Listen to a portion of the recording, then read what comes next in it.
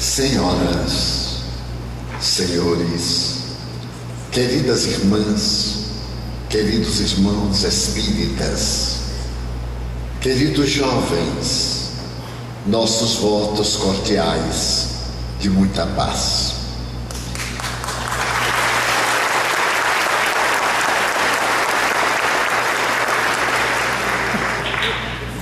Dando início a uma nova maneira de comportamento, rogo permissão para, nesta noite, fazer uma apresentação sui generis, antes das nossas reflexões.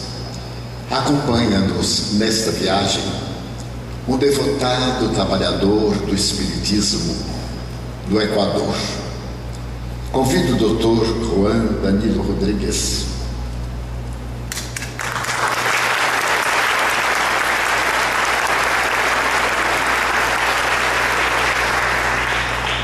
Trata-se de um trabalhador dedicado à causa do Cristo. E os queridos corações entenderão o nosso propósito. O Dr. Juan Danilo é médico, é psicólogo holista, é compositor, é artista do piano, do violão, mas é sobretudo dedicado a uma obra que criou no Equador. Esta obra é uma fundação espírita na cidade de Quito. É a primeira instituição espírita de que se tem notícia. E o Dr. Danilo vem entregando a sua vida juvenil à atividade de socorrer o próximo, graças à sua visão doutrinária do Espiritismo. Ele se dedica, em particular, a atender crianças, jovens e adultos autistas.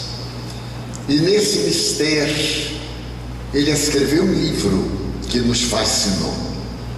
Trata-se de uma obra na qual ele funde os conhecimentos dos índios quichuas da Cordilheira dos Andes, criadores do seu país, e o conhecimento da medicina acadêmica. O livro estava guardado como um tesouro, e eu tive a oportunidade de lê-lo no original, ainda não publicado, e pareceu-me uma oportunidade tão salutar que lhe pedi licença para que o livro fosse traduzido ao português antes de lançado ao espanhol, a fim de apresentarmos ao público brasileiro. Não se trata de uma obra espírita, trata-se, como o próprio nome diz, aliana. Aliana é uma palavra quichua, que significa curar, curar-se, auxiliar o indivíduo a superar as suas inclinações negativas, segundo Allan Kardec, e recebe o título de terapia holística aliana. Como se depreende, não há nenhum interesse econômico, mesmo porque o livro é publicado pela editora Lial, de nossa criação em Salvador há 50 anos. O Dr. Danilo não tem o menor interesse financeiro, porque o resultado do seu trabalho é doado integralmente à Fundação para poder atender aqueles portadores do autismo, e todas as suas atividades gratuitas, já que ele é profissional da medicina, tem o seu consultório, do qual retira o pão diário com suor, conforme a recomendação bíblica. O livro foi lançado no último dia 25 do corrente, no 33º Congresso Espírita de Goiás. Não porque se tratasse de uma obra espírita, mas porque possui todos os fundamentos do holismo e a visão grandiosa da doutrina espírita, que se encontra acima de qualquer manifestação de intolerância ou de separativismo. Convidamos-lo nós próprios, pessoalmente, para que viesse conhecer o movimento espírita no Brasil pela segunda vez e fosse apresentado nesse monumental congresso anual que se realiza em Goiânia e, ao mesmo tempo, nos acompanhasse nosso périplo pelo Triângulo Mineiro, que nos é tão amado, particularmente em Goiás, Itumbiara e de imediato Rio Verde, Uberlândia, a querido Uberaba, onde estive pela primeira vez no dia 25 de junho de 1954, em uma conferência sob a direção do inolvidável Emanuel Chaves, o Lilito da ótica moderna, na instituição veneranda que ele dirigia então.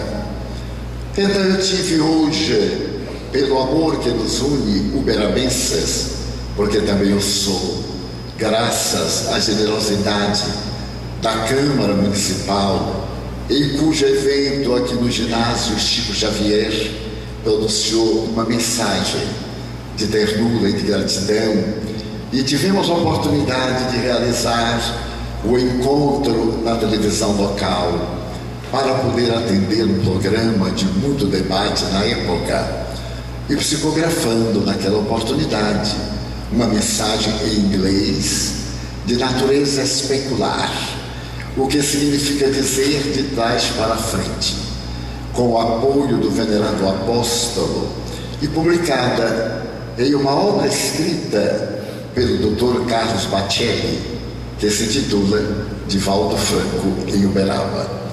Tendo eu pedido ao Dr. Juan que viesse conhecer essa meca do Espiritismo, tendo em vista aqueles notáveis heróis do passado, os médiuns admiráveis que por aqui transitaram, as obras sociais como o Hospital Espírita, o primeiro do mundo, dirigido pelo inesquecível Dr. Inácio Ferreira, o Lar das Meninas, como o departamento dirigido longamente pela nossa querida altiva Noronha, e o Dr. Cássio Noronha. Em suma, nesta cidade que possui em proporção aos seus habitantes o maior número de centros espíritas do mundo, era natural que, desejando que o nosso querido amigo e benfeitor tivesse o conhecimento do nosso país na visão e na ótica espírita, convidamos-lo a que estivesse conosco sem o menor interesse na divulgação da obra, mas como trabalhador de Jesus, ele está consciente que o bem independe de denominação religiosa, e o fez gratuita e devotadamente, sem nenhum interesse financeiro.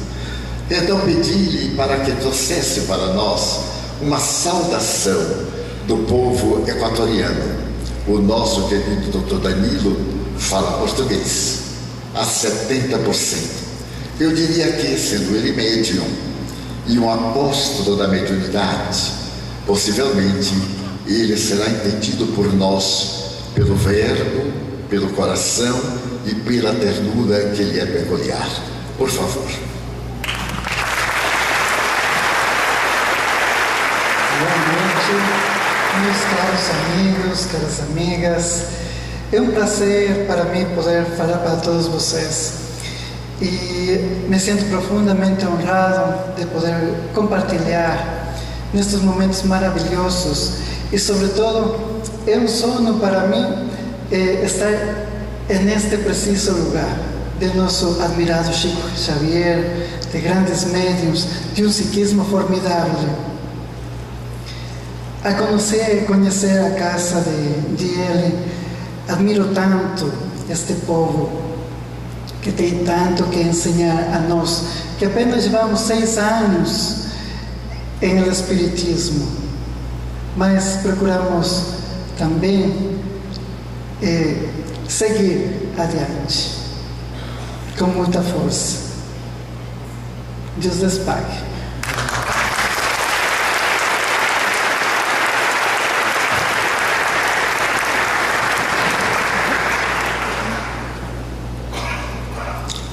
No dia 5 de outubro de 1792, na Catedral de Notre-Dame, em Paris, 15 mil pessoas acotovelavam-se para escutar o célebre orador que naquele momento faria uma declaração ímpar, graças à Revolução Francesa, começada em 1789. Pedro Gaspar Chaumette levantou-se e, com a emoção do grande púlpito da catedral, olhando a multidão ansiosa, disse ipsis verbis: nesse momento, a França não tem necessidade de Deus. A Revolução, que derrubou os capetos e os bourbons, declara que o nosso Deus chama-se razão. Diante da razão, não temos outros deuses a adorar. E enquanto a multidão aplaudia, dominada pela euforia da revolução ateísta, um simulacro de procissão saía da sacristia da grandiosa catedral, carregando um andor no qual se encontrava a bailarina do Teatro da Ópera Candeio, vestida à Babilônia, representando a deusa razão. Logo depois, na grande convenção, foi destacado que as religiões perturbavam a marcha do progresso e que a França, que sabia pensar, não necessitava da proteção divina. O materialismo tomou conta de todo o país. A intolerância chegou ao ponto de mudar o calendário e todas as ruas, todas as praças, avenidas, boulevard, que tinham nomes religiosos, foram substituídos por nomes revolucionários. A França experimenta logo depois, com Robespierre, Marat, Danton, os dias do terror. E na Place de la Concórdia, o sangue das vítimas, destruídas pela engenhoca de José Guillotin, cobre a pata dos cavalos. Esse mesmo Jean Guillotin, que criara a arma que decepava as cabeças, naqueles dias foi vítima da sua construção. E o terror tomou conta da França, apagando os ideais dos filósofos Montesquieu, Diderot, que sonhavam com a liberdade para que fosse abandonado o totalitarismo ancestral, a qualidade divina dos reis e a intolerância das religiões dominadoras. Pouco antes, Voltaire, que iria escrever a enciclopédia e se tornaria maçom naquele mesmo ano de 1792, na loja Nove Irmãs, com representação de Catarina da Rússia, do Império Britânico, da Suécia. Ele se levantaria aos 82 anos de idade e faria uma declaração que permanece como a redenção da alma deste homem notável. Dizem os meus adversários que eu não creio em Deus, e é verdade. Eu não creio no Deus que os homens fizeram, mas eu creio no Deus que fez os homens, porque a maçonaria, também chamada Sagrada Ordem, a maçonaria francesa, estabelece como fundamentais 3 questões que são os pilares da Sagrada Ordem: a crença em Deus, na imortalidade da alma e no tronco da solidariedade. Evidentemente não poderia receber um homem da altura de Voltaire se ele não fosse profundamente teísta. Mas em realidade o que ele não era vinculado às doutrinas ancestrais que governavam a Europa, porque o Deus arbitrário criado por essas doutrinas era um Deus vingador, humanoide, intolerante, razões pela qual ou pelas quais, mais tarde, quando o ínclito codificador da doutrina espírita é chamado a codificar esse patrimônio sublime da humanidade, tem uma preocupação: identificar o Deus que os homens fizeram, mas aquele Deus que fez os homens. E a sua primeira questão, conforme uma mensagem extraordinária pelas venerandas mãos do apóstolo da mediunidade Chico Xavier e da ração do Espírito Humberto de Campos, o eminente mestre passa uma noite de inquietação para fazer a construção da obra que deveria vencer os tempos. Qual seria a primeira questão, aquela mais importante? Ele veio à mente aquela respeita do incognoscível, e ele inicia a obra máxima com uma interrogação que vem equacionar o velho problema de definir o indefinível. E a questão está equizarada nas seguintes palavras: que é Deus?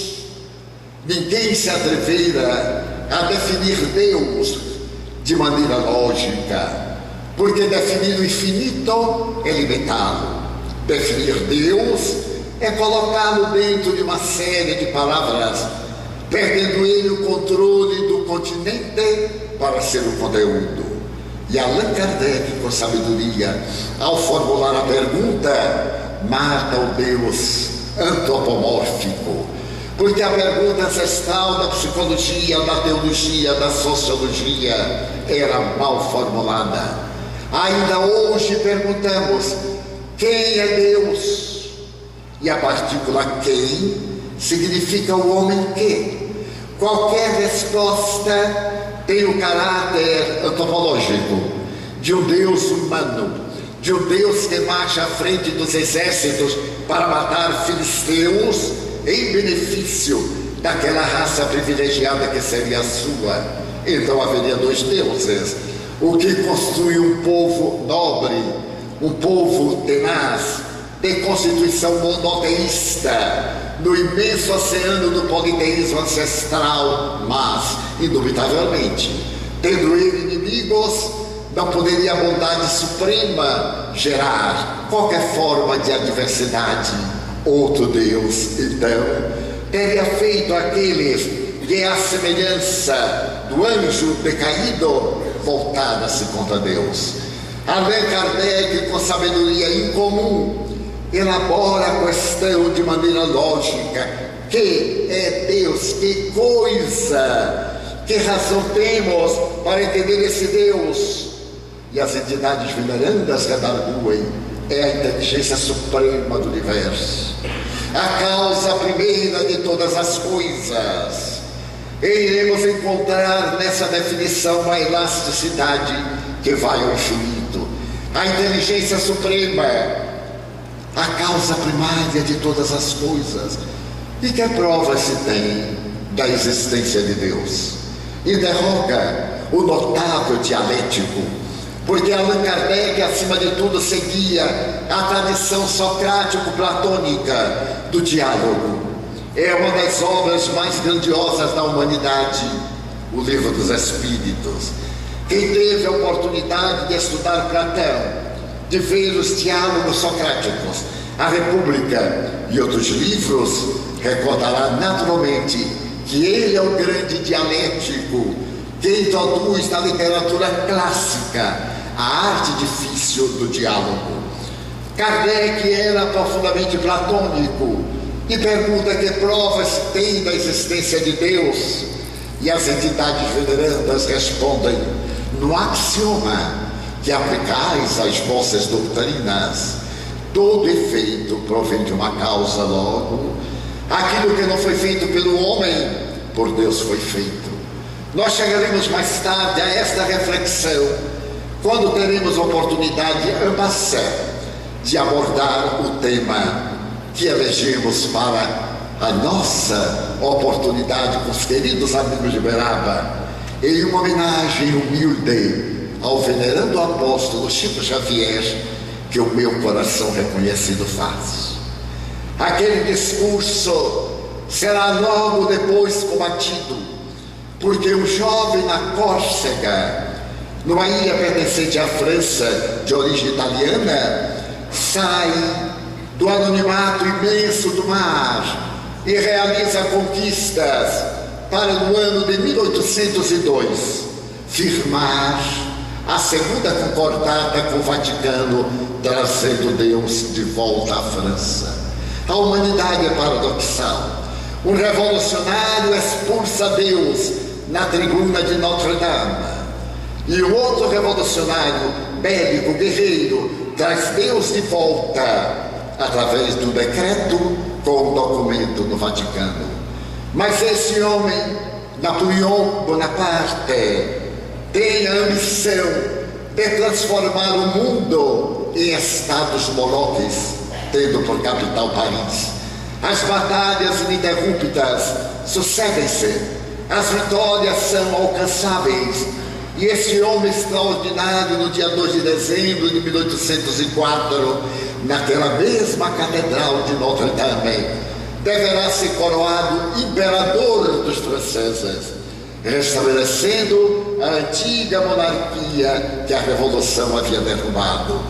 E nessa efeméride inesquecível para a humanidade, porque é uma das maiores da história do mundo, diante de um coro de 200 vozes, essas vozes se levantam para a consagração de Napoleão Bonaparte, como um dia ocorrera fazia mais de 1000 anos, na grande catedral de Frankfurt, quando foi eleito o homem que deveria governar o Sacro Império Romano-Germânico, dominando praticamente toda a Europa. Napoleão exigiu que fosse realizado o ato com o mesmo instrumental daquele do passado, que estabelecera o poder temporal e dominador, que ele desejava ter as rédeas nas mãos. E quando o coro começa a cantar pompa da sua homenagem grandiosa e circunstância, o Papa Pio VII, que foi convidado especialmente para coroá-lo, ergue a coroa sobre uma almofada de veludo vermelho e dirige-se a Napoleão no trono. Napoleão levanta-se e, para escândalo do protocolo, arrebata a coroa das mãos do Papa e autocinge-se, humilhando o Papa publicamente. E logo depois toma da outra coroa e naturalmente veste-a na cabeça de Josefina. E para mostrar que o seu poder estava acima da religião, mandou encarcerar o Papa no seu castelo de Fontainebleau, rompendo a tradição entre a França e o Estado Vaticano. Mas agora estamos no século XIX. As lutas pelo ideal são muito grandes.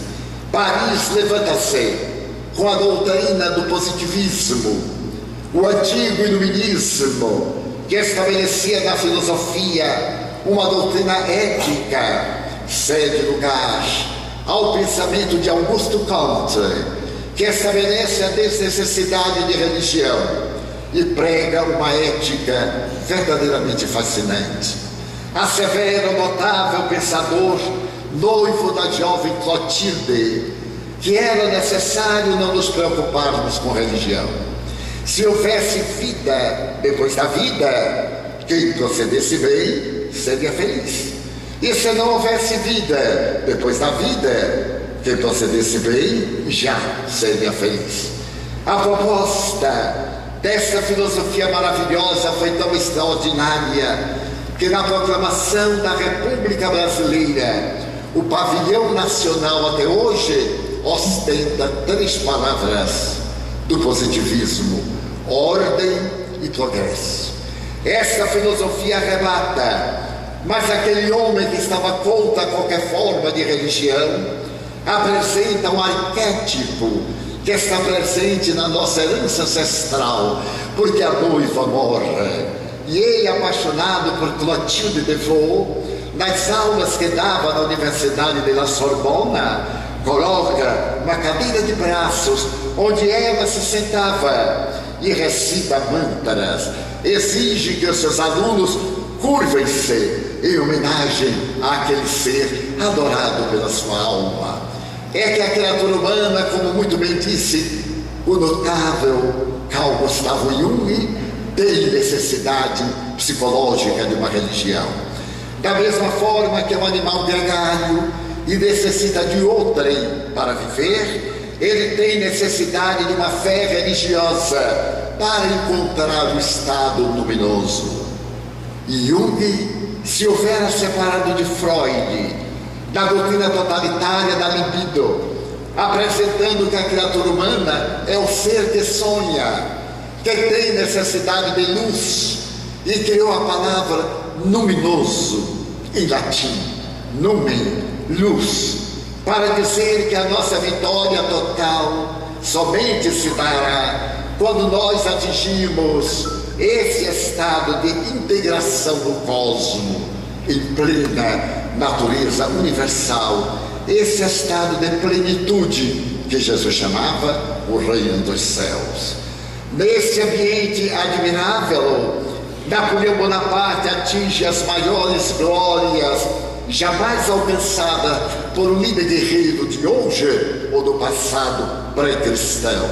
Mas, depois da derrota de Waterloo, na Bélgica, e do fracasso ante Nelson em Trafalgar, ele é mandado para o exílio, volta à França, governa por 100 dias e vai outra vez para Santa Helena e morre. Tem uma misteriosa doença que se acredita ter sido um assassinato no dia 5 de maio de 1821. A França entra no outro regime de liberdades democráticas, de atividades bélicas. Paris é governada por um homem que, segundo a tradição, não tem as características. E então, um descendente, sobrinho neto de Napoleão Bonaparte, propõe uma revolução democrática por volta de 1848. E logo depois, Napoleão III é levado ao mesmo lugar do seu ascendente, traindo os ideais da República Democrática para estabelecer de novo a monarquia. E para colher êxito, ele firma um contrato com a tradição religiosa dominante e estabelece o governo de pavor. São proibidas reuniões com mais de 25 pessoas, sem a autorização do Império. Não podem ser publicadas obras sem que passe pelo cuidadoso exame da Igreja Católica. E quando Allan Kardec manda o Livro dos Espíritos para passar pela censura, nós vemos a divindade abençoando esta obra, porque ela vai cair nas mãos de um venerando sacerdote, o Abade de Luxemburgo, que se fascina, que lê o livro e declara na primeira página: imprima-se o imprimato da Igreja, porque esse livro possui tudo aquilo que é indispensável para levar qualquer alma ao reino dos céus. A grandeza da doutrina espírita conseguirá superar a traição e a ignorância da censura que mantinha no cabresto da fé cega aqueles que não podiam pensar. Os reinos se sucedem, e desde aquele momento de Napoleão III, tem esse uma oportunidade muito especial, no mês de abril de 1850, de conhecer um jovem médium anterior a Kardec, que está revolucionando a Europa. Ele chama de uma maneira muito peculiar o homem dos milagres, porque a sua vida é uma fenomenologia jamais escrita na história da humanidade. Daniel Douglas Hume. Daniel Douglas Hume consegue burlar a lei da gravidade e flutua na presença de sábios. A sua cabeça toca o teto e logo depois ele sorri para os investigadores e desaparece pela janela aberta. No terceiro andar, aquelas janelas de navalhas, em um orifício que não deveria ter 2 palmos. E todos cobrem a janela para vê-lo despedaçar-se no asfalto. Quando alguém bate na porta e vão abri-la, é Daniel que está voltando. E agora, admirados, os sábios perguntam: mas como foi isto? E ele diz simplesmente: assim. E toma postura e novamente é atirado no espaço. Quando Napoleão III soube, mandou chamá-lo ao grande palácio, hoje Louvre, e pede para fazer uma reunião convincente, porque o imperador era prestidigitador e tinha o hábito de realizar essas mágicas que divertem as pessoas. E esta sessão, que foi narrada para uma jovem austríaca, a princesa de Metternich, escrevendo a sua irmã, conta o espetáculo magistral de uma mesa de 80 quilos de jacarandá, certamente brasileiro, que se levanta no ar e chega diante do imperador e dobra-se, fazendo uma reverência. Os candelabros castiçais que estão sobre a mesa, ao a mesa voltar-se numa homenagem ao imperador, seria natural que escorregassem e despedaçassem-se. Também a toalha da mesa deveria seguir a lei da gravidade sempre, mas há algo especial. À medida que a mesa dobra-se, o tecido também se dobra, como se fosse uma lâmina. O imperador está agora tocado e percebe que o imenso tapete que cobre a mesa, uma obra de Lussard, parece ter alguma coisa embaixo. Saca de um punhal de ouro e rasga a tapeçaria para encontrar nada. Então, o médium, que está sentado numa poltrona, é empurrado pela poltrona. O imperador assusta-se e toda a corte reunida hoje naquela ala que está no primeiro piso do Museu do Louvre, onde estão ainda os exemplos e o material. E então Daniel, muito pálido, diz: princesa, imperatriz, chamada Eugênia, da Casa de Espanha, põe a mão sobre a mesa e vai apertar a mão de uma pessoa muito querida. Eugênia coloca a mão embaixo da mesa e dá um grito. O imperador pergunta: o que é? Pegue você mesmo. E ele pega e diz à corte: é a mão do meu sogro, a mão direita do meu sogro. Mas como sabe, o meu sogro perdeu o dedo polegar na guerra, e a mão que eu estou apertando não tem um polegar. Espetáculos notáveis ocorrem que não são necessários recitados, até que Daniel pede que Bonaparte, Napoleão, dê um autógrafo. Uma folha de papel flutua, cai sobre a mesa, e o imperador lê na letra do seu triunfo e fica deslumbrado. Daniel, que tinha mediunidade de pirogenia, isto é, de contato com fogo, vai até as labaredas da lareira acesa, porque ainda havia vestígios de inverno, e lava o rosto com as chamas, sem que elas lhe afetem de qualquer maneira. O imperador ficou tão impressionado que um ano depois manda buscar Daniel.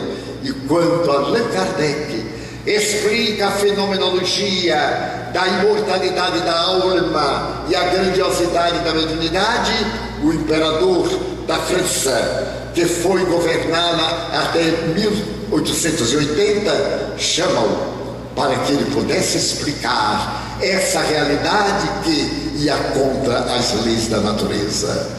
Deus estava de volta à França, mas o século XIX é também o século da filosofia. Nós vamos encontrar a doutrina de Emmanuel Kant, os vestígios da doutrina de Friedrich Nietzsche, as doutrinas da negação. E Nietzsche declara: Deus morreu, porque periodicamente a humanidade se volta contra Deus. É um fato histórico. E aquele jovem depressivo crônico, Ao apresentar o seu livro, assim falava Zaratustra, coloca na boca de uma personagem que Deus havia morrido. A multidão assusta-se e Deus desaparece dos anais da humanidade. Para que Deus? Mas o louco que blasfema contra Deus começa a dizer: e agora? Quem alimentará as aves dos céus e os peixes do mar? Os mausoléus são a grande catedral do Deus que acaba de morrer.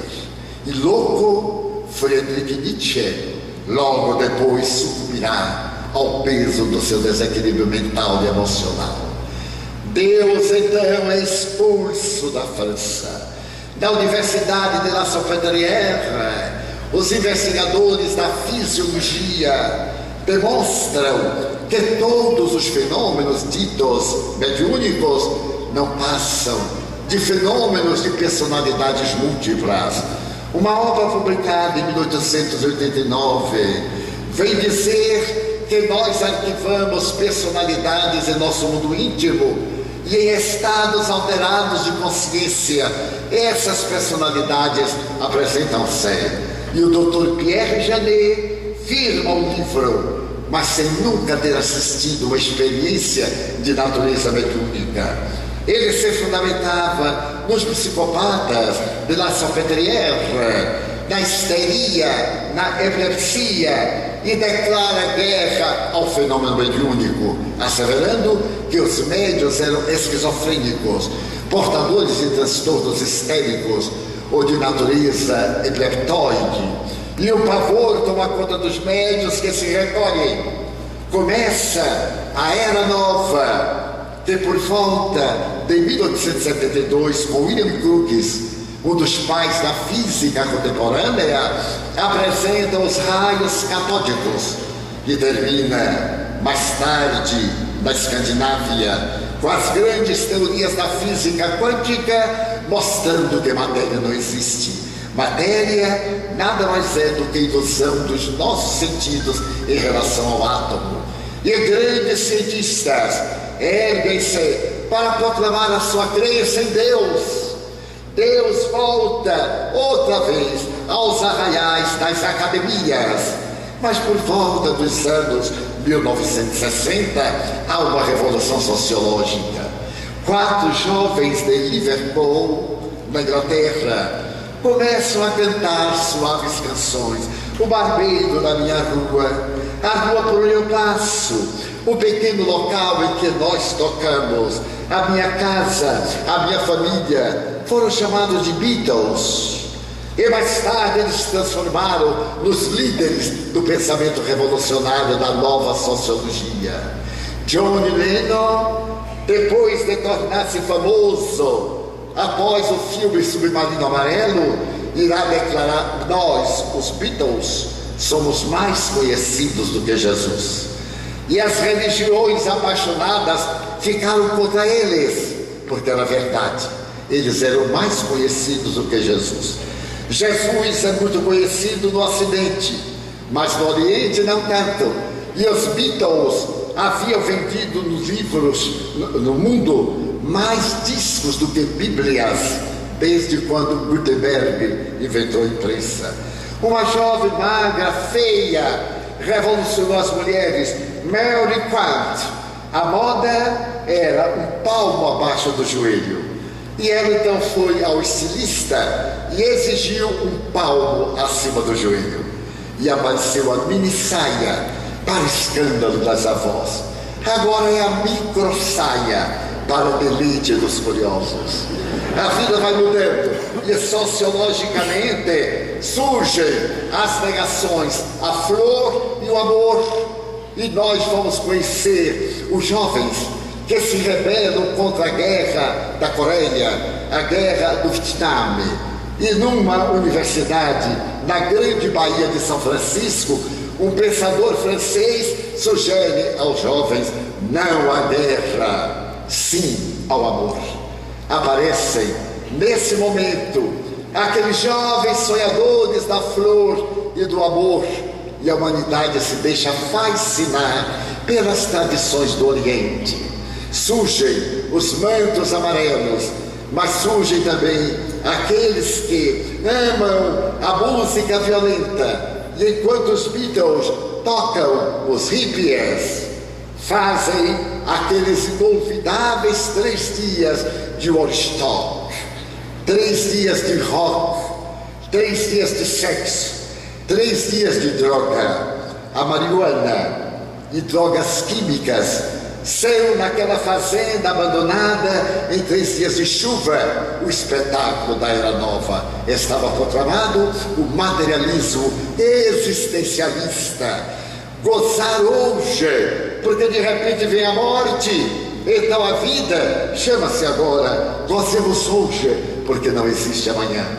E a humanidade começa a observar a mudança, as grandes viagens para o Tibete, para o teto do mundo, onde era permitido usar droga em abundância.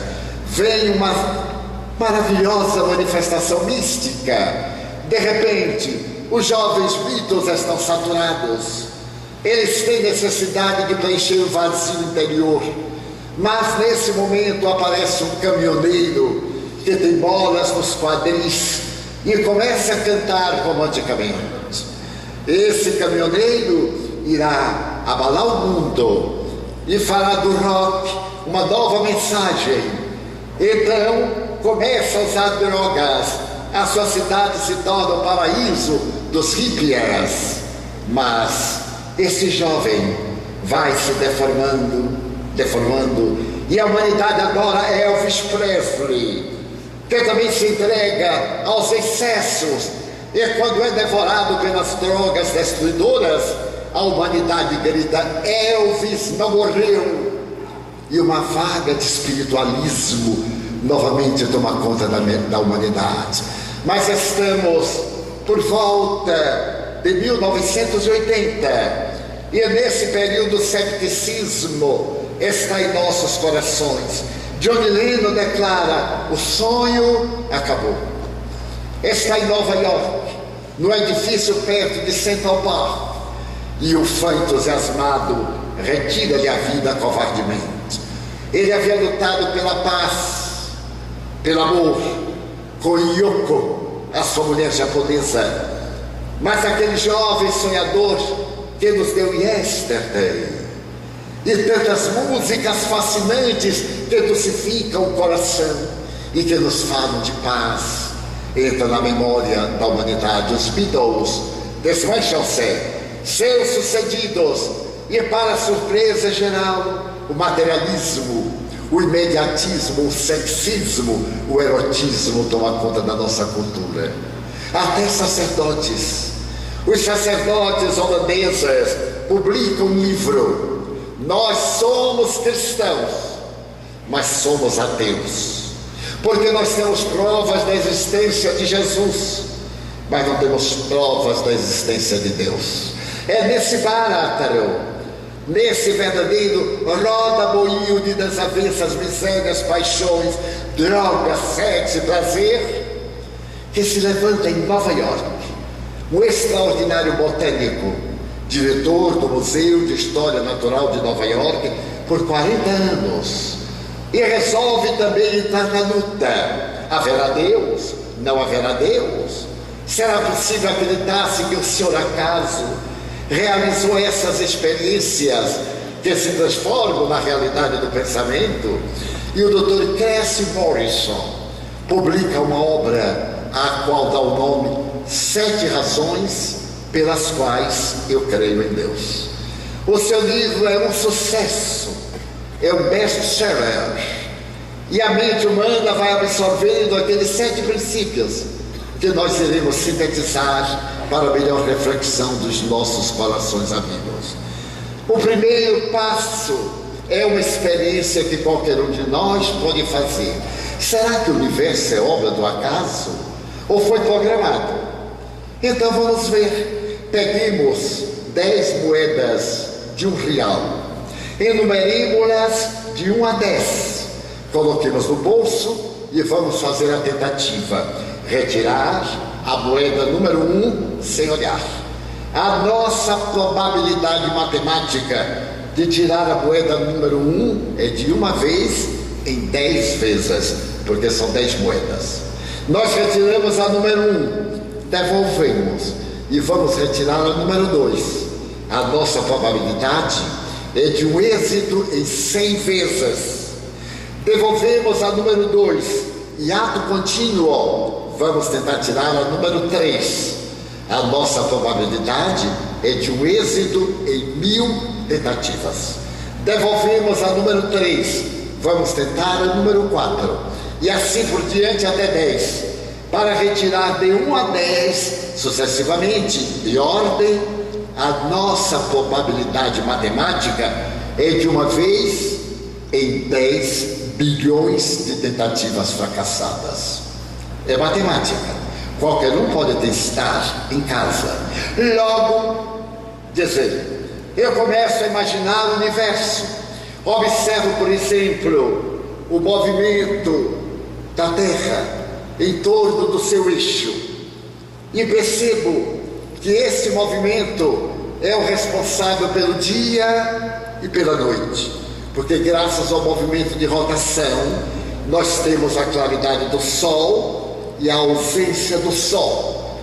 Mas se por acaso esse movimento fosse multiplicado por 10, as nossas noites seriam 10 vezes maiores, teriam 120 horas.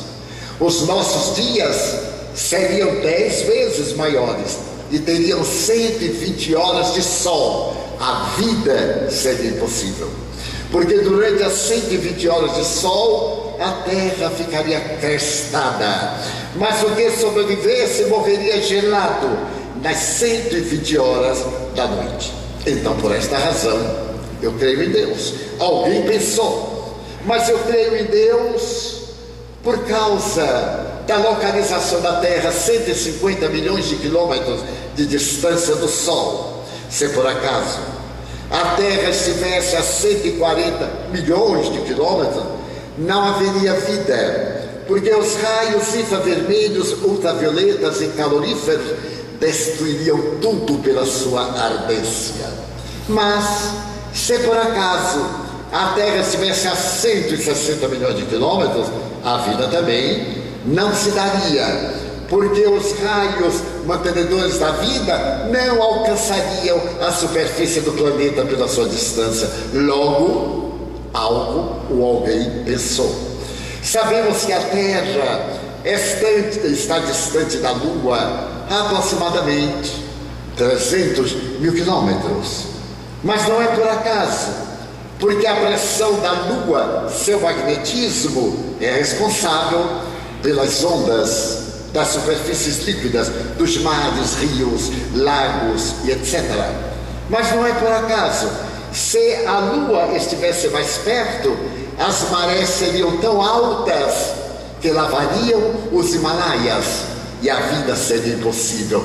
Logo, alguém pensou, mas se por acaso a Lua estivesse mais distante, a vida seria impossível, porque não teríamos essa pressão que mantém a lei da gravidade no nosso planeta. Logo, eu creio em Deus.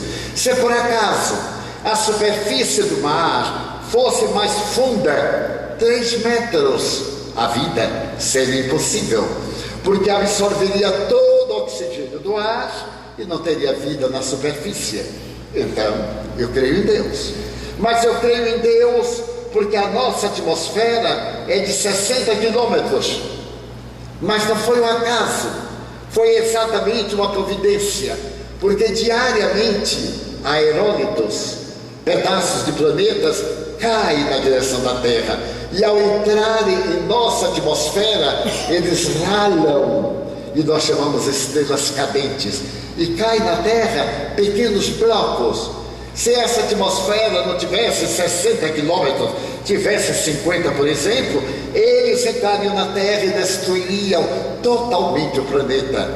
Mas se por acaso fosse muito maior, a incidência do equilíbrio gravitacional sofreria uma grande diferença. Logo, por esta razão, eu creio em Deus. Mas eu creio em Deus por uma segunda razão, que se chama vida. que é vida? Será que alguém já definiu vida?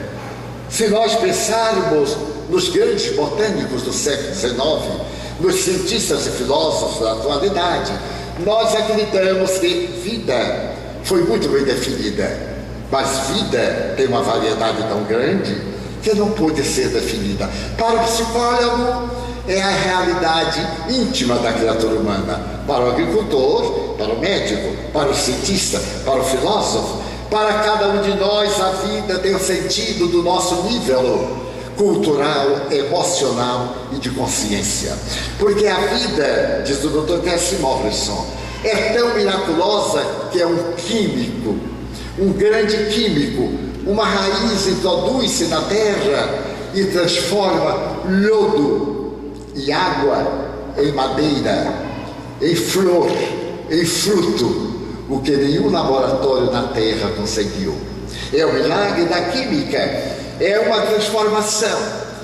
A planta elimina ou recebe o oxigênio do ar, o gás carbônico, e à medida que as florestas são devastadas, a vida começa a morrer por causa desse notável aparelho respiratório que é o mundo vegetal. Mas a vida é tão fascinante que, se nós pegarmos uma folha e tentarmos comparar com outra, não existem na Terra duas folhas absolutamente iguais. Então a vida é um artista caprichoso. Da mesma forma que na dactiloscopia as nossas impressões digitais variam, na intimidade de cada folha há uma vida inteiramente una e pessoal. Mas eu creio em Deus por uma terceira razão, que se chama instinto dos animais.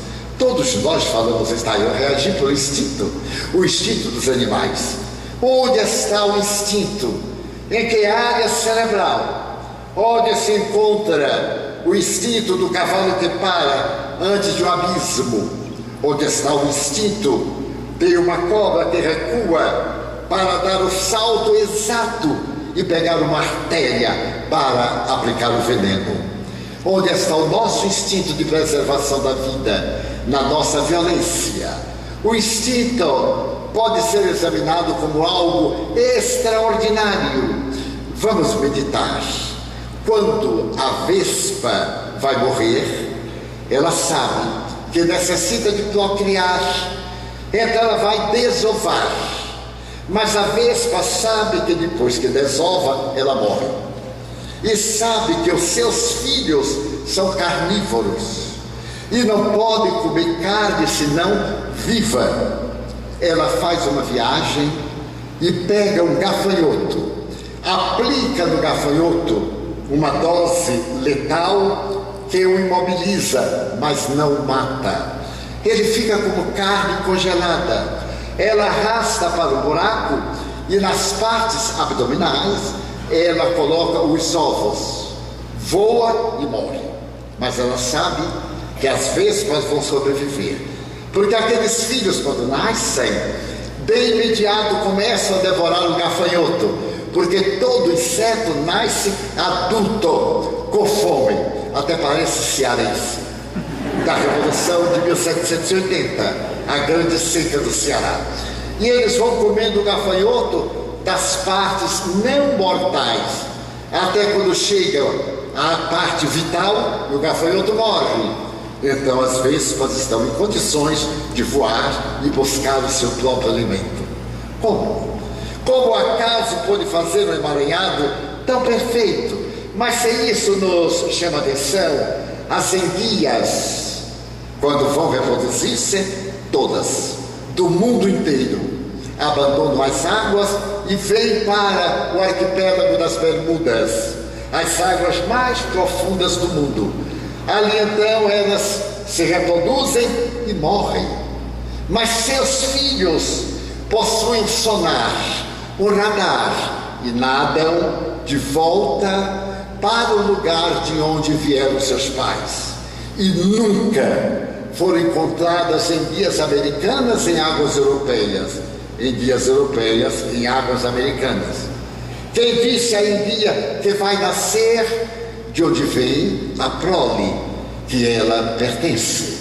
Mas sem isso é fascinante o Salmão, que todo mundo conhece. Quando ele vai desovar, ele faz a viagem contra a correnteza e vai desovar no lugar em que ele nasceu. Se nós pegarmos o Salmão e colocarmos uma vertente do mesmo rio, ele sabe que não é ali. Ele retém a reprodução, faz a viagem de volta, reproduz e morre. E os seus descendentes voltam para as águas de onde vieram seus pais. Mas como explicar? No entanto, há algo que encanta o Brasil. Todos nós conhecemos o João de Barro, que faz a sua casa no alto das árvores. O João de Barro é tão notável que na primavera ele vai pousar no galho mais alto da árvore e põe o bico na direção do vento. Então ele sabe em que direção vai ventar no inverno que virá. Ele constrói a casa com a porta de entrada contra o vento do inverno. E não erra nunca, porque senão o vento frio mataria a sua prole. E isso produz uma inveja danada do serviço de meteorologia, que não acerta nunca. Então eu creio por causa do instinto dos animais, citando apenas ligeiramente alguns deles. Então, por esta razão, eu creio em Deus. Mas eu creio em Deus por uma razão científica, pelo protoplasma. O protoplasma é a razão da vida. Se toda a vida da Terra se acabasse, vegetal, animal e humana, e ficasse um protoplasma e um raio de sol, a incidência do raio de sol no protoplasma faria que ele experimentasse a multiplicação. E logo depois, em 10 bilhões de anos, a vida da Terra estaria toda refeita. Mas o protoplasma é tão pequeno, se a humanidade terrestre inteira fosse reduzida a protoplasma, não encheria um didal de costureiras. Então, eu creio em Deus. Como podem essas partículas subatômicas, um protoplasma, encaixar um adulto que tem 300 bilhões de células organizadas? Vamos ver o neuroblasto, a primeira célula, a célula que é resultado da fecundação, que transforma o óvulo em ovo. É uma célula única. De repente a mitose, a divisão, faz 2 e 4, 16.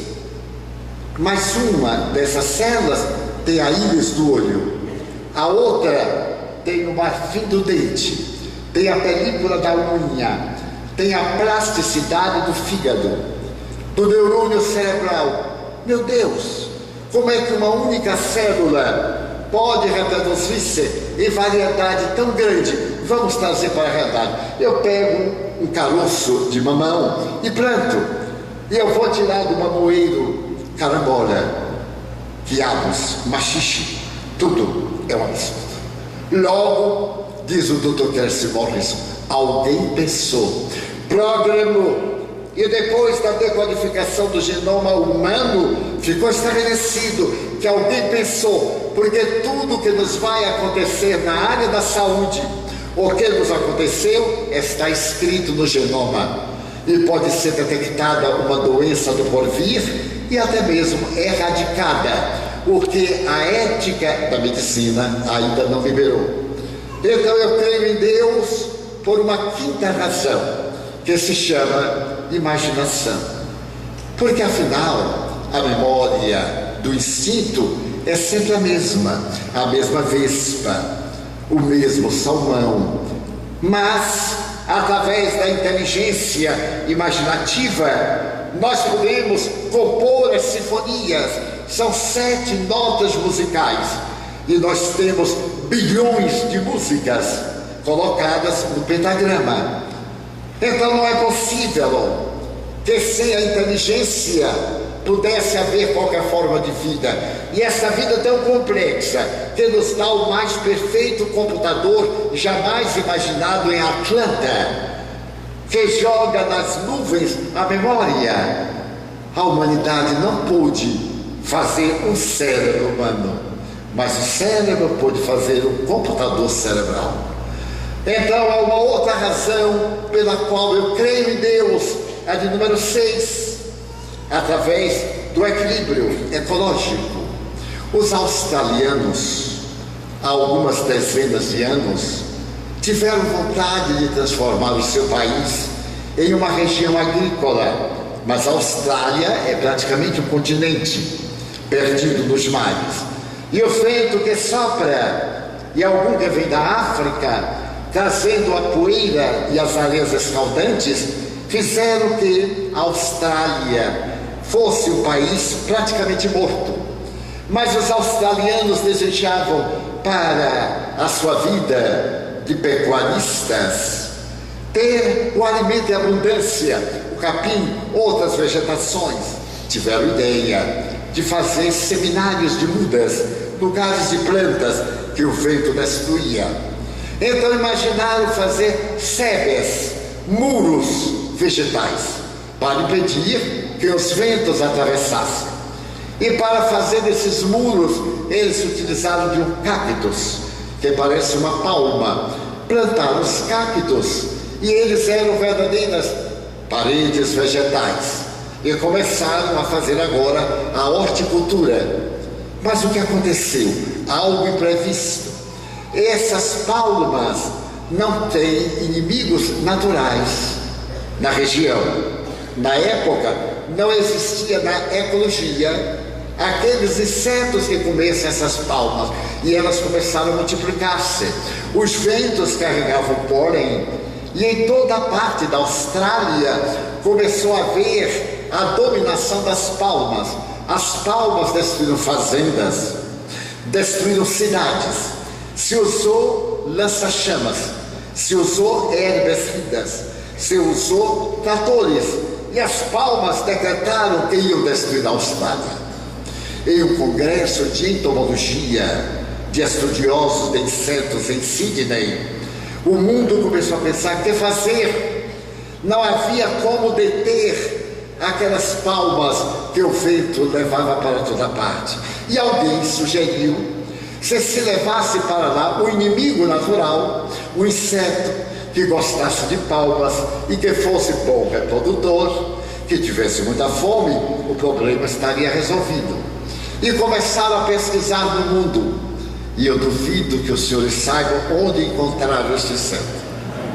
No Nordeste brasileiro. Um inseto bom reprodutor, faminto, e que só come daquela palma. Levaram os insetos brasileiros e jogaram lá. E eles começaram, no ritmo do samba, a comer a palma. E em breve se tornaram uma calamidade. As palmas diminuíram, e agora o que é que nós fazemos com os insetos? Que se multiplicaram. A lei ecológica estabeleceu que os insetos também morreram e ficaram insetos para palmas e palmas para insetos. E a Austrália hoje é este mundo fantástico de esperança, graças aos insetos brasileiros, que não têm fome, só têm apetite. Então, por esta razão, eu creio em Deus. Uma sexta razão, aliás, por uma razão muito interessante. Os insetos, na entomologia, a ciência que os estuda, estão classificadas 750 mil famílias de insetos. Mas por que a humanidade sobrevive? Porque o inseto não cresce. Ele tem um limite para o crescimento. A sua respiração é através de tubos. E à medida que o inseto cresce, o tubo respiratório não cresce. E ele morre por asfixia. Nós que adoramos cigarras, a cigarra que canta, a cigarra não canta. Ela tenta a pata uma na outra e produz esse sorriso extravagante do qual Brasília é célebre.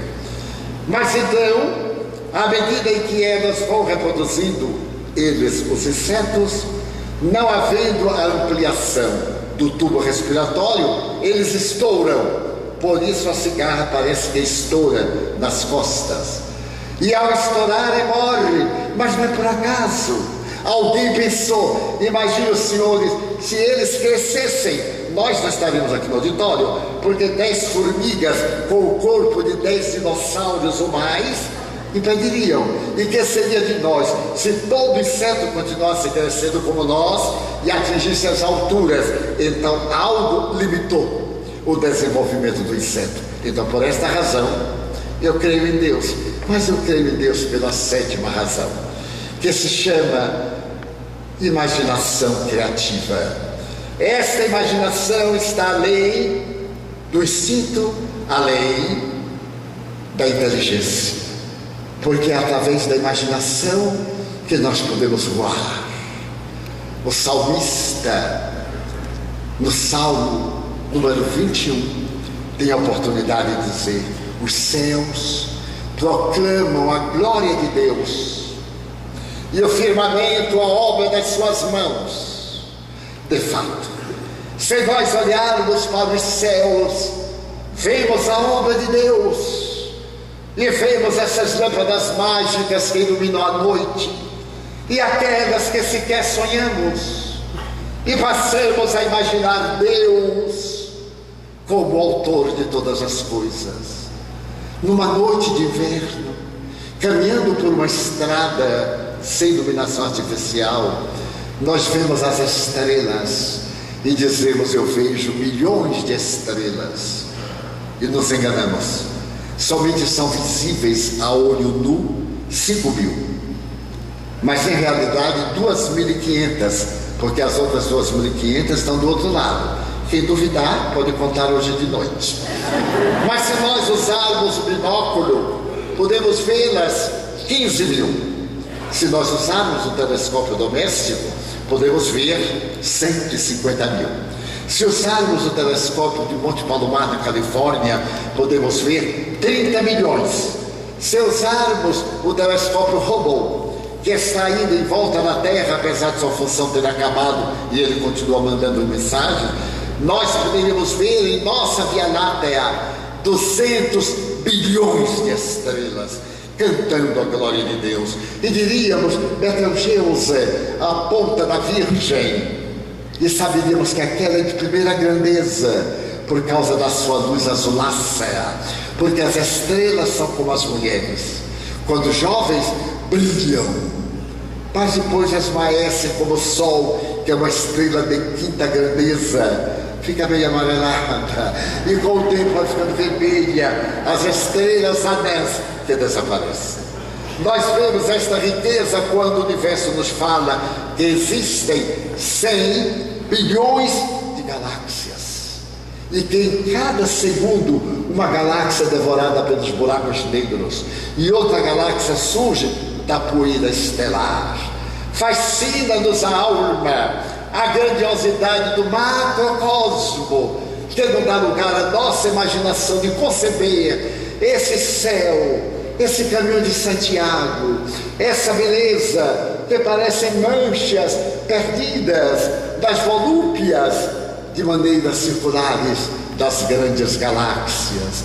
Então nós ficamos fascinados, tocamos o peito, levamos a língua ao véu palatino e Deus sai das estrelas para o nosso corpo, porque neste movimento lingual 5.000 corpúsculos gustativos encarregam-se de nos dar a sensação do sabor, a temperatura, a qualidade do sal ou do açúcar, e ao mesmo tempo produzirem uma saliva. Quando nós somos alegres, essa saliva fica carregada de produtos que nos tornam perfeitamente imunizados contra doenças do aparelho respiratório. A imunoglobulina é uma substância da alegria. Recomenda Jung: sorria. À medida que você sorrir, não gargalhe, sorria. você produzirá na saliva essa substância que responde também pela digestão. A digestão é fascinante.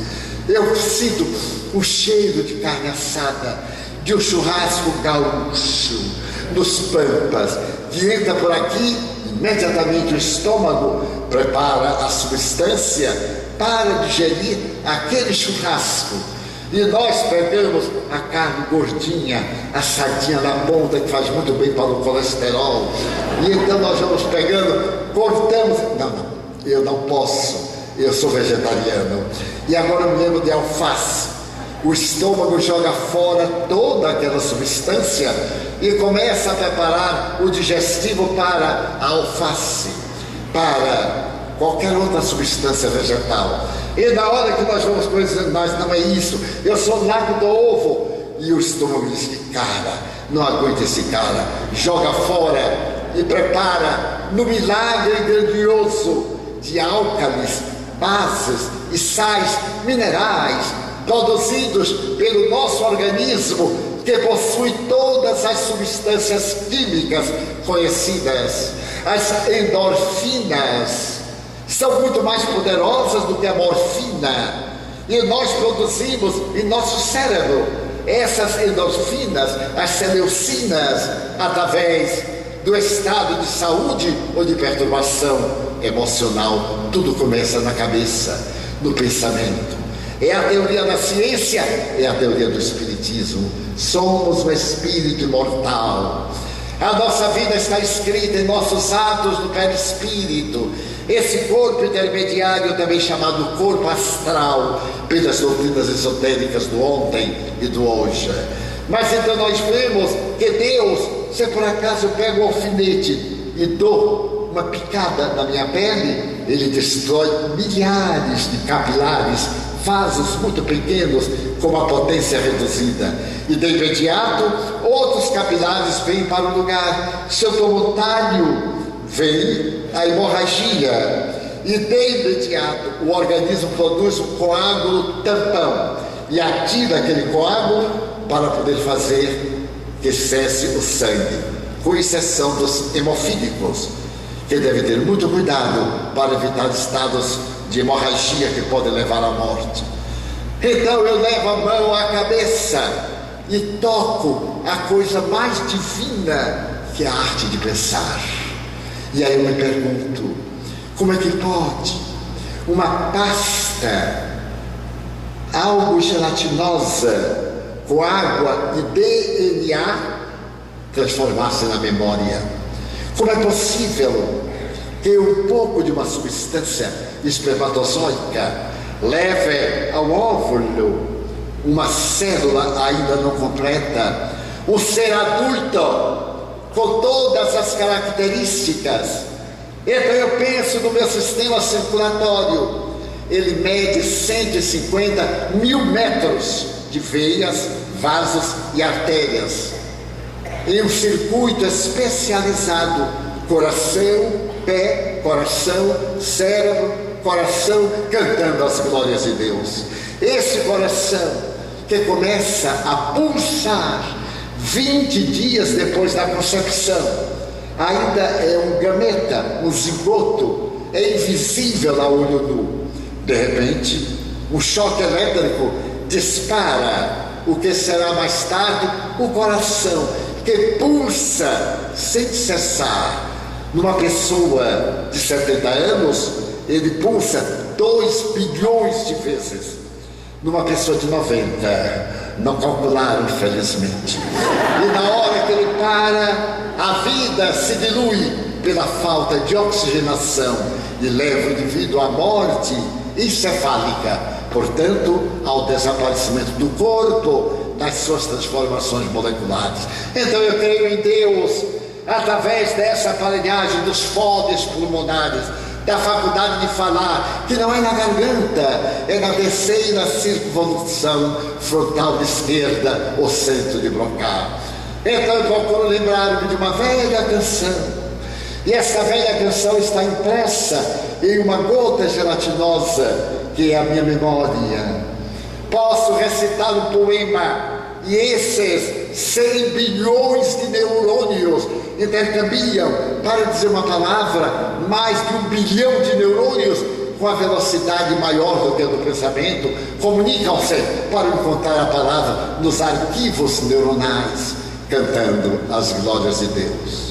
A doutrina espírita, dando-nos a certeza da imortalidade, oferece-nos a paisagem reencarnacionista, para que esses equipamentos que foram trabalhados durante 2 bilhões de anos, desde quando as águas salgadas dos oceanos fizeram o primeiro isolamento dos açúcares e nasceu o primeiro tubo que ia ser a criatura humana na sua escala de natureza antropológica, faz que nós, através do pensamento e do psiquismo, comecemos a pensar na grandeza de Deus e a nossa alma envolvida na ternura de uma sinfonia que se chama o amor.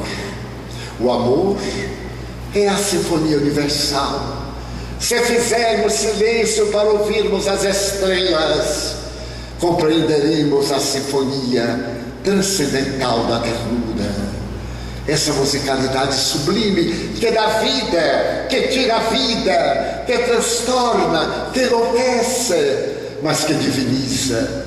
Perguntaram a Miguel Ângelo: como é que você pôde fazer La Pietà? Como é que você pôde fazer Moisés? A estátua que está no Monte Aventino, em Roma, na igreja de São Pedro a Ferros, é tão perfeita que o próprio Miguel Ângelo, depois de contemplar a obra, tomou do martelo de borracha e chegou no joelho e gritou: parla, fala, porque a gente quase que respira pela estátua, e ficou a marca até hoje. Perguntaram como é que você pode pegar um pedaço de bloco de mármore de Carrara ou de uma pedra qualquer, cinzelá-la e fazer que as veias fiquem transparentes. Mas é muito fácil.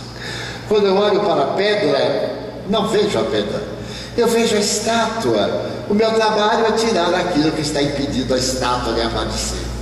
Eu então fui olhar o Moisés, fiquei na frente do Moisés 10 minutos, e à medida que eu me deslumbrava, daí a pouco eu prendi a respiração para acompanhar o Moisés. Eu digo: o quê? Morrer em Roma por falta de ar? Negativo.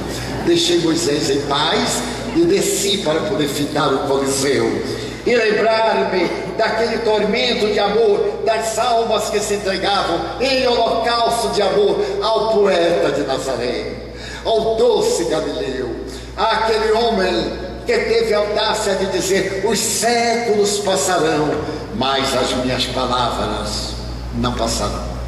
2000 anos, e ainda parece que nós ouvimos a suave canção da montanha, ou a parábola do filho pródigo, que é tão semelhante a nós, que abandonamos a paternidade divina para irmos comer alfafa ou aquela fruta dura que os porcos rejeitam. Nós que temos um Pai generoso, que é Deus, e preferimos, no entanto, trabalhar na miséria entre os suínos. Não, eu voltarei para a casa de meu Pai. E fazemos a viagem de volta. Essa parábola que é encantadora, o A do Bom Samaritano, que é o mais belo poema de solidariedade do mundo em todos os tempos, remete-nos o Espiritismo para lá, e nós começamos a fitar na ternura do amor. Que seria a vida sem esse sentimento? E gostaria de permitir-me narrar uma história de amor. Ela era a mulher mais importante da América, morava em São Francisco, na Califórnia. Era a mulher mais rica do continente americano. Era casada com o senador da República, que era ao mesmo tempo o governador da Califórnia. Morava na Grande Bahia, em um lugar encantador. Ali em Palo Alto, o seu palácio, a sua mansão de mármore com peças raras do mundo, era a habitação de Madame Stanford, o senador e governador Stoffel, casado com ela, era apaixonado, porque Madame tinha tudo, inclusive um filho, na época desses acontecimentos, com 11 anos, um filho frágil, de olhos verdes, como duas esmeraldas. E a mãe dizia: meu filho, se eu pudesse, eu arrancava teus olhos, faria um pendentif e colocava no meu colo. Madame tinha tudo, era rica, era bela, era a primeira dama, e era magra, já naquela época, do século XIX. Mas não era mãe. Ela reproduziu o filho, e como certas mães da atualidade não tinham tempo para o filho. O tempo de Madame era nos converscotes, nas representações políticas, nos bailes, nas festas da glória, e possuía uma carruagem folheada a ouro. Quando a carruagem de Madame passava pelas ruas de São Francisco com um lenço belga, ela acenava e a inveja ia nas rodas da carruagem. Mas ela era feliz. Em sentido oposto, seu filho Leland amava com extremada loucura.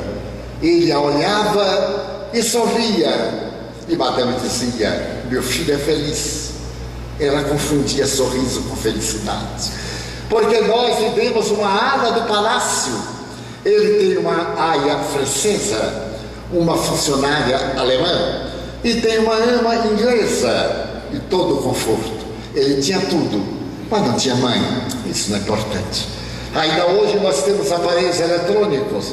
Podemos colocar a câmera de televisão sobre o leito do nosso filho e vamos para o baile, vamos para o trabalho e acompanhamos eletronicamente nosso filho. Temos a babá, a enfermeira, e perguntamos: ele comeu direitinho? Comeu, senhora. Ele teve febrícula? Não, senhora. Mas ele não tem mãe. Ele tem empregadas, que por mais dedicadas não são mães. É natural que eles vão ter um vazio existencial.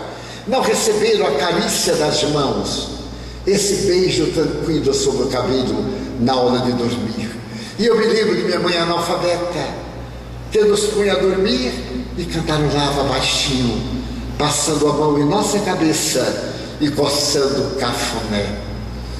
Eu me lembro daquela mulher humilde que me colocava e aos meus 12 irmãos entre as pernas, que unia nossas mãos em súplica e dizia: repita, meu filho, Pai nosso que estás nos céus. Você entendeu? Não, é Deus, é o Pai da humanidade inteira. Ele está lá onde nós não entendemos. Pai nosso que estás nos céus, santificado seja o vosso nome. Não diga o nome de Deus por qualquer bobagem.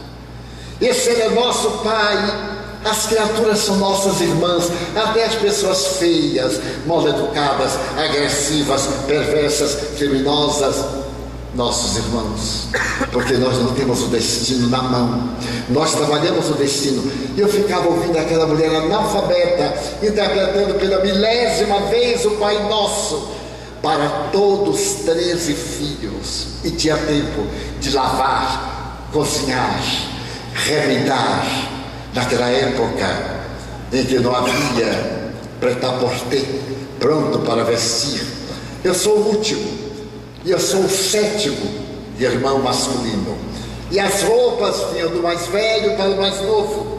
E minha mãe era uma artesã, ela sabia colocar o remendo, que hoje eu estaria rico. Quando eu vejo um brutinho aqui rasgadinho, eu digo: ai não. Ela botava o remendo, porque no pobre é pobreza mesmo, no rico é elegante. E eu digo: ela botava o remendo. E quando a roupa dos meus irmãos chegava em mim, isto é, quando eu atingia 5, 10, 15 anos e vestia, eu não sabia qual era a cor original do tecido primeiro, porque era aquela colcha de retalhos maravilhosa, e eu parecia um arlequim, eu e os meus irmãos. E ela dizia: está bonito, não está, meu filho? Eu procurei um tom vermelho para colocar aí naquele pedacinho preto, fica tão bonito vermelho com preto. Tinha tempo, porque amava. Quando nós elegemos uma união, devemos pensar que a mulher tem direito, sim, à sua dignidade, ao trabalho, a competir, mas ela tem que eleger se quer ser mãe ou se ela deseja ser apenas feminista, ou as duas coisas simultâneas. Estabelecer a administração do tempo para poder penetrar na alma da criança. O cérebro infantil é uma folha de papel em branco, dizia Pestalozzi. E William James, o pai da psicologia norte-americana, dizia que esta folha de papel em branco nós a temos para escrever a história da nossa vida. Então tudo aquilo que nos acontece na infância é para sempre. Mas esta é uma questão sociológica. E Madame naquele tempo não tinha tempo para o filho. Mas ela dizia, uma vez por semana a família toda se reúne para almoçar. Porque durante a semana, na hora que Leland acordava, Madame estava dormindo. Quando Leland ia à escola, Madame acordava. Quando Leland ia fazer a refeição, Madame estava no cabeleireiro. Quando à tarde ele estava em recreio, Madame estava no converscote. Quando era hora de dormir, Madame estava no baile. Mas se encontravam sim uma vez por semana. Era esta a vida da família Stafford. Mas há um ditado que diz que não há felicidade que sempre dure, nem desgraça que um dia não se acabe. A felicidade da família Stafford foi perturbada numa primavera, quando morreu uma tia de Madame, uma tia pobre. Vocês já notaram que nas famílias ricas sempre tem uma velha pobre para trabalhar? E a velhota morava numa rua humilde de São Francisco. E Madame dizia aos cronistas sociais: minha tia é uma lady inglesa. Ela mora entre os pobres só para ver como é que o pobre vive. Porque os ricos têm umas desculpas. Eu acho tão fantástica a imaginação deles. Mas havia um preceito da ética. Quando morre alguém, nós temos, dentro dos princípios éticos, de guardar o luto pelo menos durante 8 dias. E quando Madame se lembrou que tinha que ficar 8 dias em casa, sem sair, porque a dona de casa, que o lar é um presídio. E quando não tem o que fazer, depois do trabalho, vamos bebericar no barzinho. É tão chique o barzinho, é tão prostituto o barzinho, é tão indigno da mulher o barzinho. Porque o lar é para acolher a pessoa.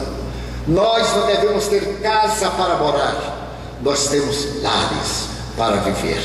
Quando nós vamos dormir, quando nós vamos vestir, é casa. Mas quando nós vivemos e desfrutemos daquela casa, é lar. Mas Madame ficou desolada e disse ao marido governador: o que é que eu faço? Uma semana sem poder sair, o que é que eu faço? Como o governador a amava muito, com delicadeza ele disse: vamos brincar com nosso filho, porque tem muita gente que tem o filho como adorno para brincar, para mostrar aos amigos. Os homens carregam a fotografia na carteira: olha aqui o herdeiro, olha aqui. As mulheres, às vezes, carregavam no pescoço o número de filhos. É uma disputa psicológica de autorrealização contra a culpa no inconsciente. Então Madame lembrou-se que Leland, ela amava, mas amava a seu modo. Sempre uma forma de amar a seu modo. Ela correu para a ala onde Leland estava, empurrou a porta. Ele estava diante do clavicórdio, o piano primitivo, tocando uma balada triste. Madame tirou o sapato, pisou o tapete persa, sentou-se ao lado do filho e ficou olhando aquela expressão de olhos verdes e os dedos nas teclas negras e brancas. E Leland sorriu. Então, quando ele terminou, Madame disse: que melodia triste. Ele disse: eu gosto, mamãe. Por que você gosta, Leland? Porque eu gosto.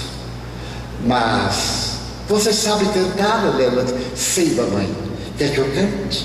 Então ele começou a tocar, e com uma voz ferida na alma, ele contou aquela história triste. E ao terminar, Madame chorava e me perguntou: meu filho, que história é esta? Foi a minha babá francesa que me contou. É a história de um pescador da Normandia que era casado e tinha um filho como eu.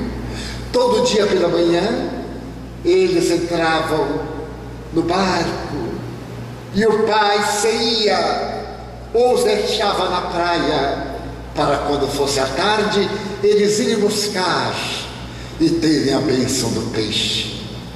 Mas um dia a mãe e o filho ficaram no monte e o pai deu adeus, a vela enfunou e ele foi e não voltou, nem à tarde, nem no outro dia, nem na outra tarde, nem no dia seguinte. Então a mãe disse ao filho: fica, espera por mim. Entrou no mar para salvar o marido das sereias, e ela entrou e desapareceu das águas, e o filho ficou olhando o mar até hoje, esperando a mãe e o pai voltarem.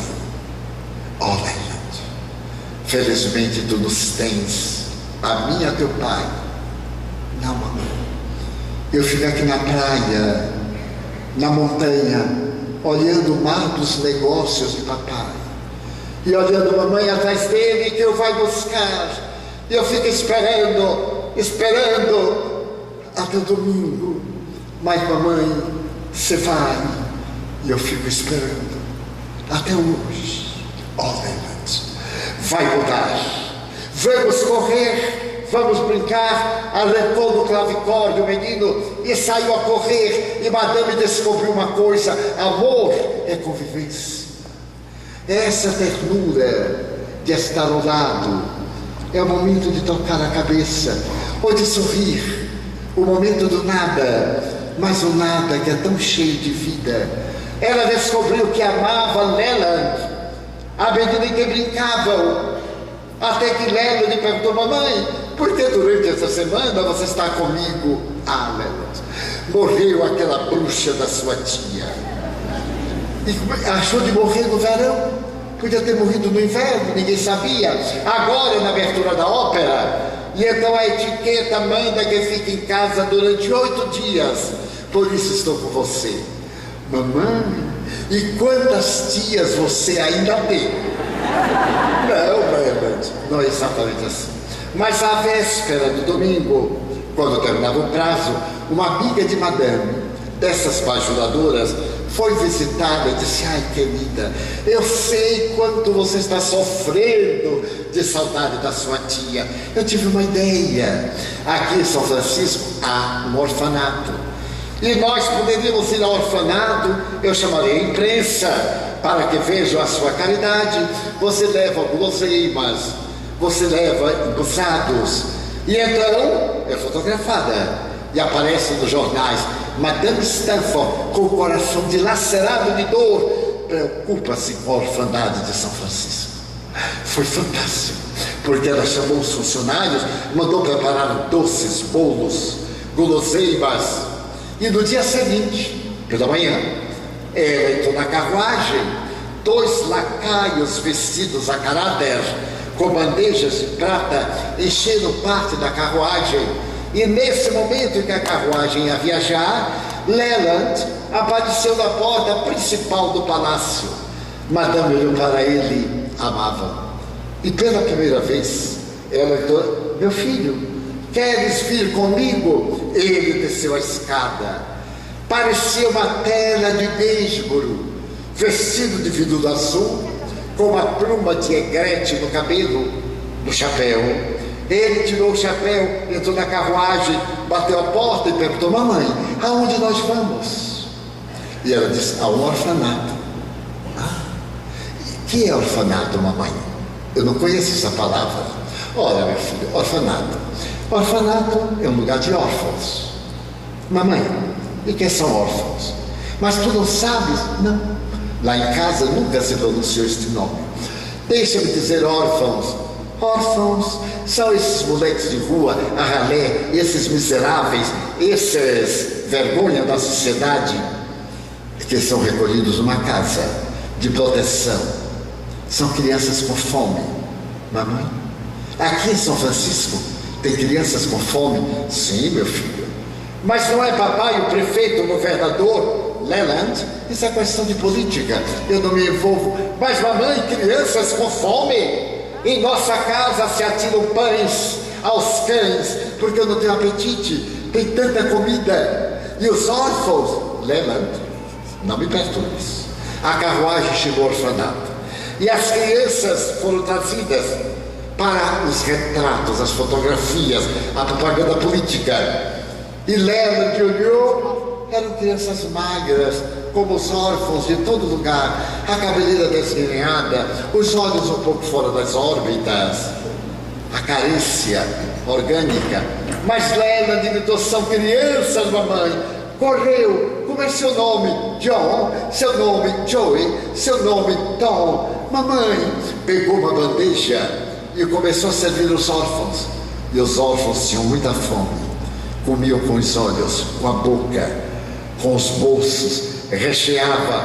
E Leland dizia: mamãe, eles têm fome. Quando Madame viu seu tesouro no meio da ralé social, fez: Leland, vem cá, não te quero no meio deles. Isto é a borra da sociedade. Vem, Leland. Mamãe, eu nunca brinquei com crianças, mas não estas. Tu és herdeiro da maior fortuna da América. Vem, Leland. Mamãe, mais um minuto. E você? Sou Melanie. E você? Brenda. Mamãe, que nomes lindos. Eu sou Leland. Leland Stafford. E Madame Leland, já praticamos a nossa caridade. Até hoje é mais ou menos assim. Entrou na carruagem, bateu a porta e disse: mamãe, quando é que nós vamos voltar aqui ao orfanato? Nunca mais. Nunca mais, Leland. Oh, mamãe, eu gostaria tanto de brincar com os órfãos. Leland, tu és a sociedade americana. Mas, mamãe, eu não sei que é a sociedade, eu sei que é criança. Leland, não me fales mais. Mamãe, você notou que lá de dentro vinha um odor? Claro, Leland. Mamãe, eu queria dar de presente. Meu padrinho no Natal me deu $1000. Eu queria dar os $1000 para eles. Não, meu filho. Esses $1000 teu pai colocou na tua caderneta para render juros. Mas, mamãe, que são $1000 para nós? Esse colar de pérolas custou 800 mil, não é verdade? E você tem vários. Leland, isto é outra coisa. Não me perturbes. Quando chegaram a Palo Alto, ele pegou a mãe. Mamãe, vê a janela. De que lado está o orfanato? Ali, Leland. Então, é ali que estão os meus irmãozinhos, os órfãos. Leland, tu não tens irmãos? Mamãe, no dia seguinte, eu queria ir ao orfanato. Não, Leland, nunca mais. Mamãe, uma semana depois, eu queria ir ao orfanato. Não, Leland, nunca mais. E arrependo-me de ter te levado. E Leland adoeceu. Adoeceu, foi chamado médico, e o especialista disse: senhora, a doença dele é emocional. A febre, o desânimo, essa depressão, são tudo emocional. O que é que ele está desejando e não consegue? Ir ao orfanato, doutor? Levá-lo àquele contato miserável? Senhora, só tem duas alternativas: ou leva ao orfanato, ou retira de São Francisco. Eu então prefiro retirá-lo de São Francisco, porque Madame fazia uma viagem à volta do mundo todo ano. Começa a preparar a grande viagem. Leva-de querer ir ao orfanato. Tu irás comigo visitar a Europa. E no dia em que partem em um grande navio, metade de São Francisco foi despedir-se de Madame. A filarmônica foi tocar. E na morada, Leland perguntou: mamãe, de que lado está a casa dos meus irmãozinhos, os órfãos? Eu já te disse que tu és filho único. A casa fica para lá. Então é ali que estão os órfãos. O navio zarpou. Sua primeira escala foi Barcelona. Quando Leland saltou: mamãe, de que lado estão os Estados Unidos? Naquela direção, Leland. Então é lá, atravessaram a imensa cordilheira, foram a França, foram a Paris e Lela de mamãe, atravessaram o Canal da Mancha, foram a Londres, mamãe, de que lado?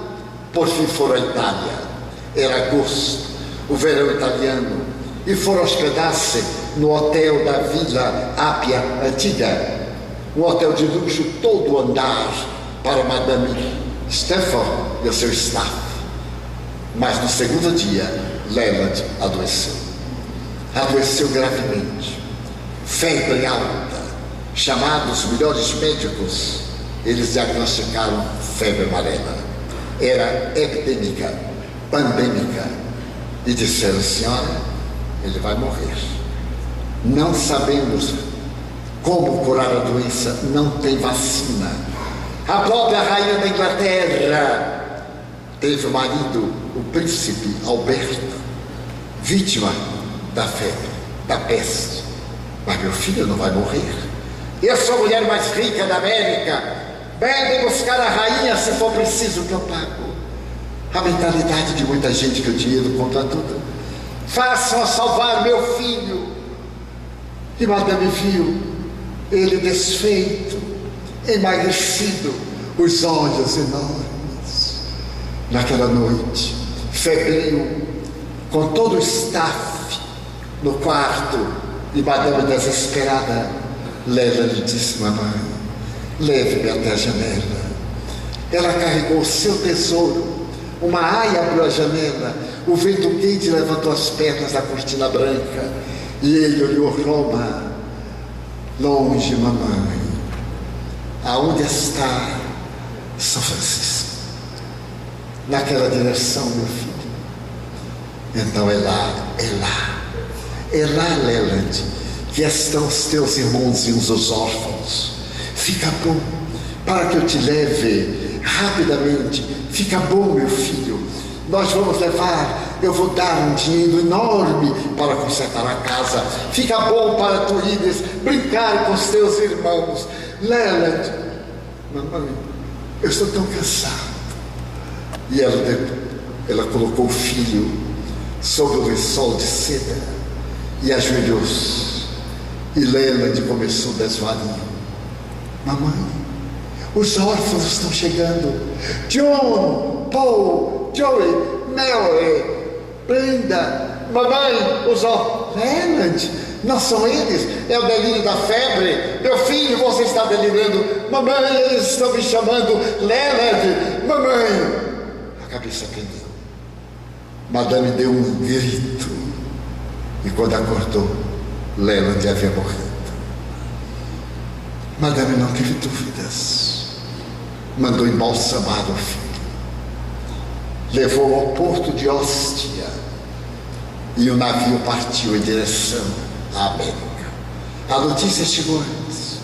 E quando o navio atracou no cais de São Francisco, o governador estava com os cabelos mais brancos, o semblante desfeito.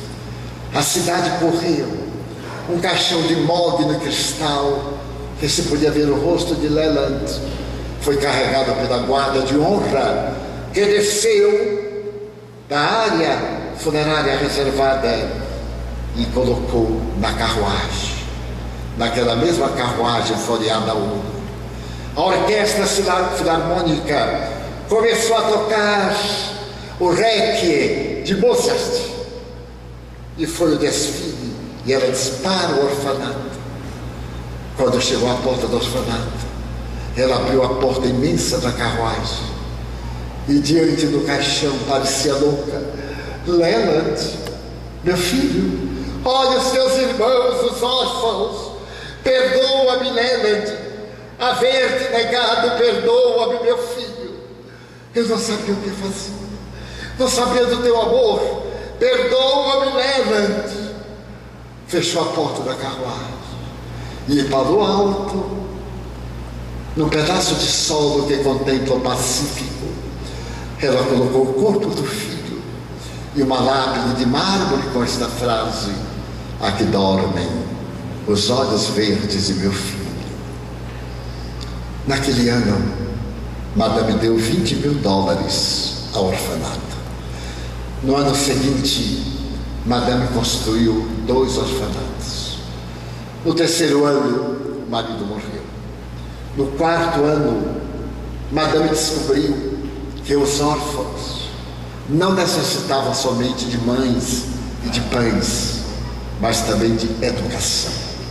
Madame vendeu tudo que tinha, as coleções reunidas das viagens ao mundo, e transformou Palo Alto na Universidade de Stanford, uma das 10 maiores e melhores do mundo na atualidade.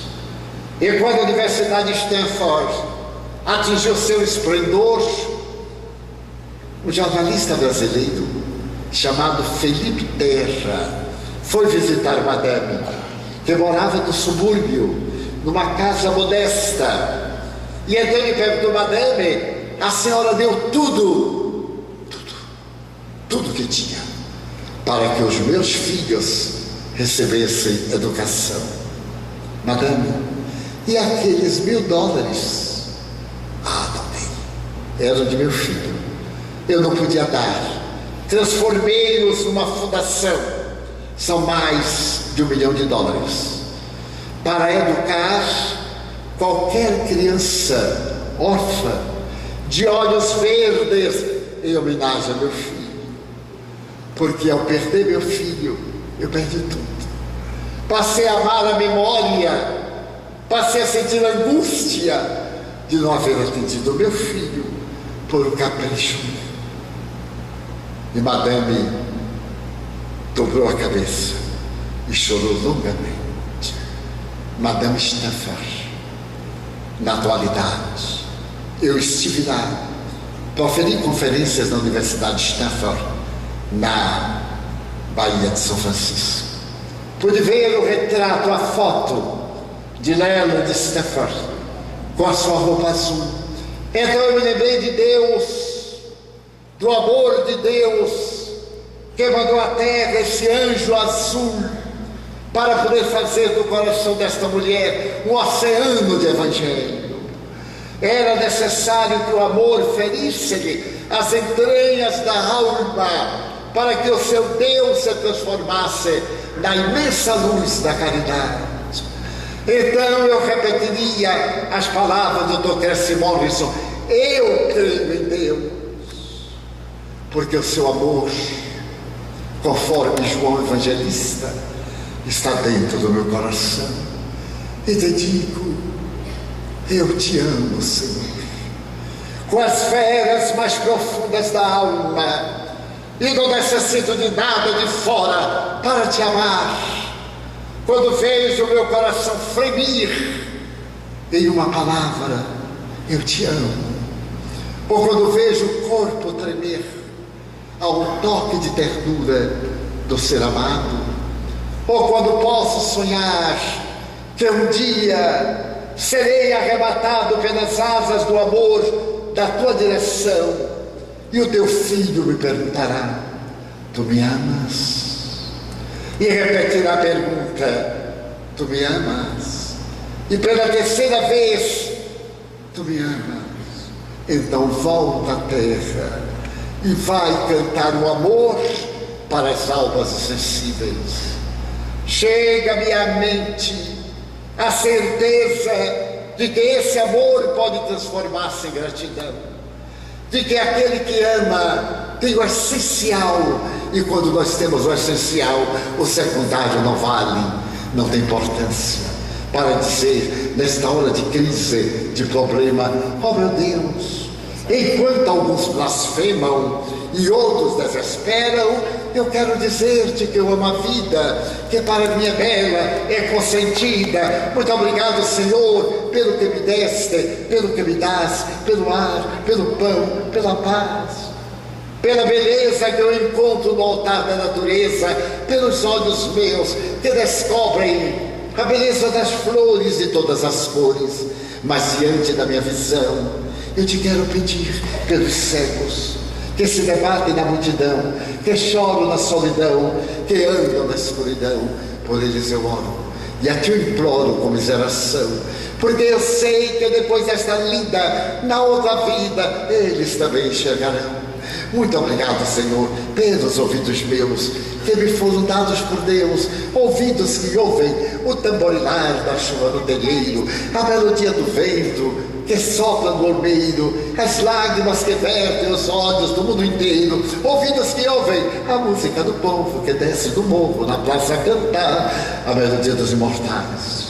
A gente ouve uma vez, não esquece nunca mais, a voz melodiosa, canora, melancólica do boiadeiro, e a dor que geme, que chora no coração do mundo inteiro.